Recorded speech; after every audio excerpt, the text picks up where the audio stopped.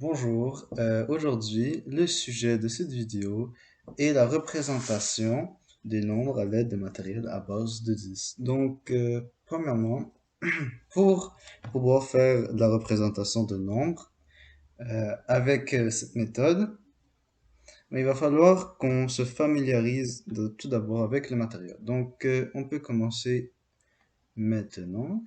Alors, la base, qui est l'unité, est représentée avec un petit carré ici, là où il y a la petite main.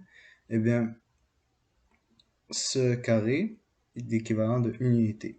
Ensuite, il y a le bâton, un genre de petit bâtonnet, mais c'est l'équivalent de une dizaine. Et pourquoi c'est l'équivalent de une dizaine dans le matériel à base de 10?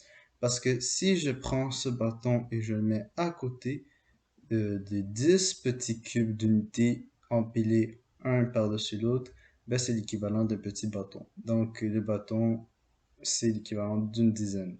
OK? Et une dizaine, vu que c'est 10 petits cubes un par-dessus l'autre, ben c'est 10 unités. Donc, on va descendre un peu plus bas. Et là, on a la centaine. Une centaine avec un S, c'est pas bon ça. Voilà, on va juste corriger. OK. Donc, une centaine, c'est une genre ok, physiquement, si vous avez la chance de voir le matériel à base de 10, une centaine, c'est plus une plaque, ok?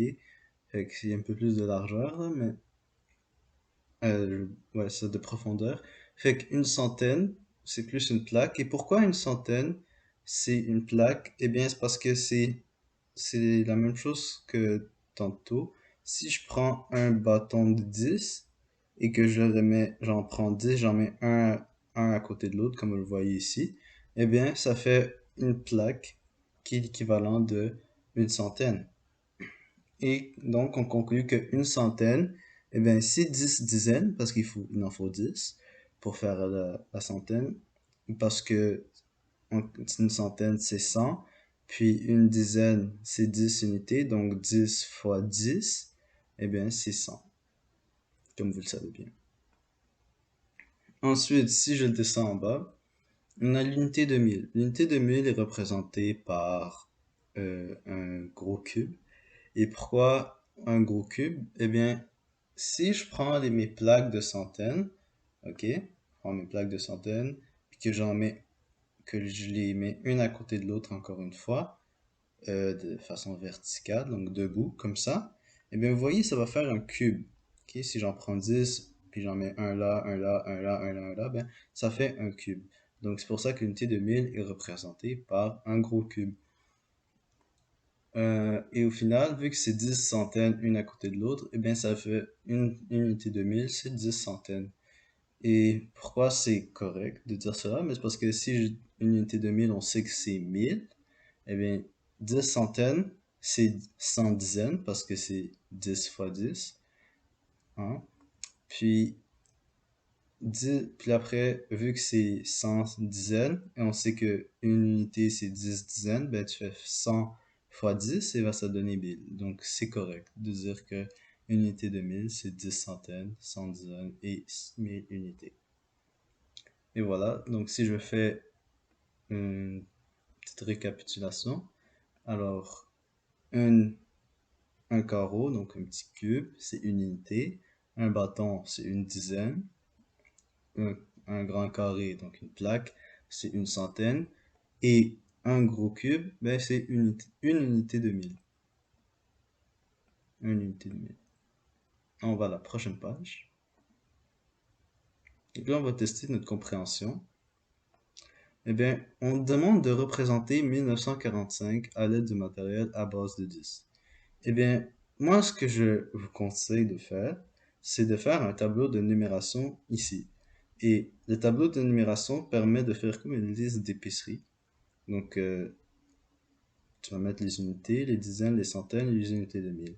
Et après, tu vas mettre 1945 dans le tableau de numération. Donc, le 5 à la position des unités, le 4 à la position des dizaines, le 9 à la position des centaines et le 1 à la position des unités de mille.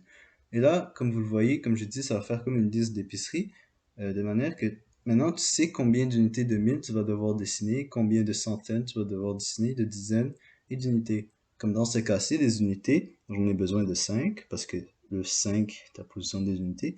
Donc ici, j'ai mis 5 unités. Voilà. Dans la position des dizaines, il y en a 4. Ici, il y en a 4, donc c'est correct. Vous allez devoir dessiner 4. Et les centaines, eh bien, il y en a 9. Alors, j'en mets 9 centaines. On peut le voir. Il y en a, attendez, 1, 2, 3, 4, 5, 6, 7, 8 et 9. Voilà. Fait que ici, j'ai 9 centaines. On est bien.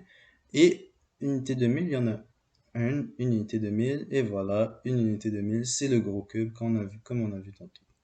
Donc, si je fais un petit résumé de la technique idéale, puis que ça vous permettra de faire zéro erreur, faites un tableau d'énumération. Ça va vous faire comme une liste d'épicerie, puis vous allez savoir quoi dessiner, et ça vous facilitera énormément la tâche, au lieu de, je vais regarder le chiffre autrement, puis mal, faire une mauvaise interprétation.